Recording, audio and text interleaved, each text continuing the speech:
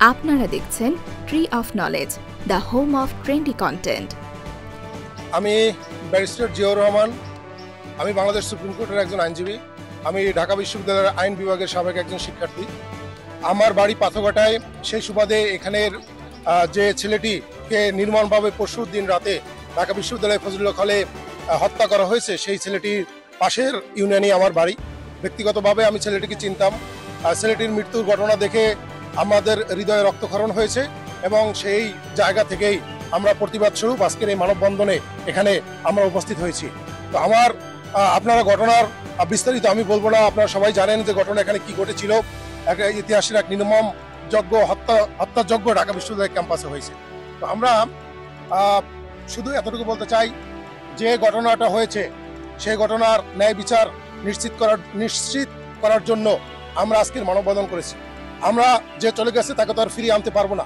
আমাদের দুইটি কাজ, একটি কাজ হচ্ছে তোফাজ্জল হত্যার ন্যায় বিচার নিশ্চিত করতে হবে, দ্বিতীয় কাজ হচ্ছে দ্বিতীয় কোনো তোফাজ্জল হত্যার মতো আর ঘটনা বাংলাদেশে যাতে না ঘটে। তো সেজন্য আমরা বিশ্ববিদ্যালয় প্রশাসন, বিশেষ করে ঢাকা বিশ্ববিদ্যালয়ের ভিসি, ঢাকা বিশ্ববিদ্যালয়ের প্রক্টর এবং ওই হলের যে প্রভোস্ট, আপনারা কোনোভাবেই এর দায় এড়াতে পারেন না। কারণটা হচ্ছে যে আপনারা এই বিশ্ববিদ্যালয়ের দায়িত্ব নিয়েছেন। বিশ্ববিদ্যালয়ের নিশ্চিদ্র নিরাপত্তার দায়িত্ব আপনাদের। একটা মানুষকে যে 4 ঘন্টা ঠুকিয়ে নির্মমভাবে তাকে মেরে ফেলা হলো, আপনারা 4 ঘন্টা ওখানে আপনারা কি করেছেন? আপনাদের কোনো একটা স্টেটমেন্ট পাইনি। এখন পর্যন্ত আমরা জানতে পারিনি যে কারা কারা হত্যাকারী। সারা পৃথিবী জানে যে কারা কারা হত্যাকারী, আর আপনারা জানেন না যে কারা কারা হত্যাকারী। এখানে নাম, ঠিকানা, পরিচয়, ভিডিও ফুটেজ দেখে আপনারা কেন শাহবাগ থানা একটা ইজহার করলেন, 4 লাইনের একটা মামলা করলেন, 4 লাইন লিখে সেখানে আপনি অজ্ঞাতনামা দিয়ে দিলেন। অজ্ঞাতনামা দিয়ে আপনারা নিজেদের দায় বাঁচাতে চাচ্ছেন যে কোর্টে যদি মামলা হয় তাহলে তো আমাদের নামে মামলা হবে, যেহেতু আমরাও এইগুলোর সাথে জড়িত অথবা আমাদের দায়িত্ব অবহেলা ছিল। সেজন্য আপনারা তাড়াহুড়ো করে একটা শাহবাগ থানায় মামলা দিলেন, সেখানে স্পেসিফিক কারো নাম উল্লেখ করলেন না। তো এটার দ্বারা বোঝা যায় যে আপনারা আসলে এটার সুষ্ঠু বিচার আপনারা করবেন কিনা সেটা নিয়ে আমাদের কাছে যথেষ্ট সন্দেহ আছে। আর একটা বিষয়, সেটা হচ্ছে যে ওই 4 ঘন্টার মধ্যে আপনারা ওখানে গেলেন না এবং আপনারা কোনো স্টেটমেন্ট দিলেন না।